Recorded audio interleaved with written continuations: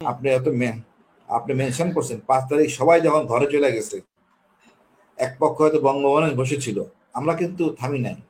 আমি বিকেলে হাসান নাসির আমরা মিলে সবাই 8টার সময় চোখে চেক করতে বলি আমাদের সাথী বন্ধুদের ছাড়তে হবে।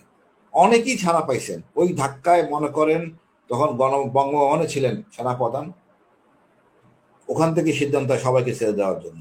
যারা যে যেখানে ছিল সবকে ছেড়ে দেওয়া হয়েছে, আল্লাহর অশেষ রহমত।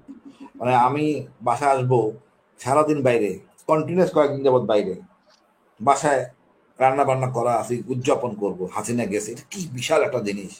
অন্তত আমার কাছে আমি যে কিভাবে ছিলাম আমি বোঝাইতে পারবো না।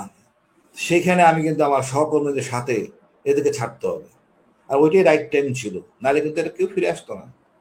এবং কোনো যারা এই চেতনা বিশ্বাসী, গুমের চেতনায় বিশ্বাসী, তাদের দর্শনে নাই ছেড়ে দেওয়া। ছেড়ে দিলে তারা মারা পড়বে। আজকে সত্যিকার অর্থে সেদিনের আমাদের যাওয়াটা ছিল একটা চরম একটা আল্লাহর অশেষ রহমত। উনি ওই হঠাৎ ওই সময়টা বলছিলেন, বা আমাকে ওই সময় এই চেষ্টা করো। শুক্রিয়া আল্লাহর কাছে আমরা সবাই ফিরে এসেছি। কিন্তু আমরা কিন্তু চাই। আমার কথা হচ্ছে যে আপনি বললেন যে হাসান নাসির সাহেব আপনারা কষ্ট করেছেন, এবং তারপরে অনেকদিন পরে যখন দেখা গেল যে এই প্রধান উপদেষ্টা ডক্টর মোদী ইউনূস তিনি কিছু সাংবাদিক নিয়ে এবং কিছু ভিকটিম নিয়ে আয়নাগর পরিদর্শনে গিয়েছেন, সেখানে কিন্তু আমরা আপনাকে দেখিনি। আপনিও কিন্তু একজন ভিকটিম, এবং আপনি একবার না, পরপর 2বার গুম হয়েছেন, এবং 1.5 বছরের অধিককাল, একবার আরেক বছর কয়েক মাস আপনি ছিলেন। অমানসিক নির্যাতন করা হয়েছে, কিন্তু আপনাকে আমরা দেখিনি সেখানে। এর ভাই, রহস্যটা আসলে কি?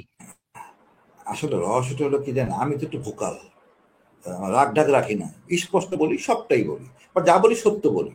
এখন আমার যে রুমটা খুবই ছোট, বা আমরা যারা ছিলাম খুবই ছোট, যারা আদমি যে রুমটা ছিলেন খুব বড়। তো স্যার যেটা বলবেন, আমি যা বলছি আপনাদেরকে আগে, এটা তো বাধারা চলবে না, কিন্তু একটা হাসিন বলে কি আর আদমি স্যার বলে কি, সমস্যা না। তো উদ্দেশ্যপ্রণীত ভাবে আমাকে নেওয়া হয়নি ওখানে, যাতে আমি যে আমার লোকেশনটা দেখাই দেই, এখানে আমি ছিলাম, এই আমার কষ্ট। এই বাথরুম থেকে আমি স্যারকে দেখছিলাম।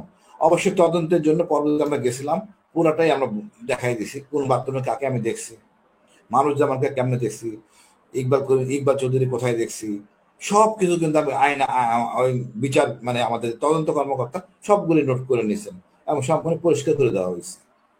বাট কষ্টটা কোথায় কি, সরকারের মধ্যেই মানুষ দেখেন এটা করতে দেয় কি হলো, আমাকে নেয় নাই, এরপর আমি বই লিখে ফেলছি আয়নাঘর তুমিও আমি, তখন তো সবই লেখা আছে। এইগুলি করে লাভ নেই, যেটা সত্য প্রকাশ পাবে। যত মোনামরি কোনো দেখেন ভাই, আপনি যতই এই লুকাতে যাবেন তার এত বেশি সমস্যা হবে। জনগণ তো জেনে গেছে, সুতরাং এই দুষ্ট লোকদের কেন হ্যান্ড ওভার করেন? আপনি তো জানেন কে ছিল, এটা বাঁচায়েন না, আপনি আপনার নিয়ন্ত্রণে রাখেন, অথবা টিম করেন আর্মির মধ্যে, দুষ্ট লোকদের বের করে দেওয়া হোক। আপনার তো জবাব দিতে হবে, এই লোকটা গুম হয়েছে, সে ফিরে আসে নাই স্বাভাবিকভাবে। এখন আমি মনে করি যে লোক, যে অফিসারের নিরপরাধ, সে হয়তো জানে না তার অধীনস্থ করছে, তাদের দায়িত্ব আপনার সচ্চর হন। অনেক অফিসার হয়তো জানেই না তার অধীনস্থ কাজ করছে, বলে তো লাভ নাই। আপনার অধীনে ছিল এরা, আপনি কই যাবেন? আর বাংলাদেশের সত্যিকার অর্থে আমার যে গায়নগর, তার সামনে হলো লগের হেডকোয়ার্টার, জাস্ট 100 গজ, তার সাথে স্টেশন হেডকোয়ার্টার, এমইএস অর্থাৎ ইএনসি যেখানে বসেন, সবাই জানতেন এটা আয়নাঘর। কারণ টান দিলে আমাদের নূর খান বা আইসিটি খুব ভদ্র, যদি টান দেন আপনার অপরাধ ঘটতেছে আপনি জানেন, কিন্তু কার্যকরী ভূমিকা নেন নাই, আপনিও একই অপরাধে অপরাধী।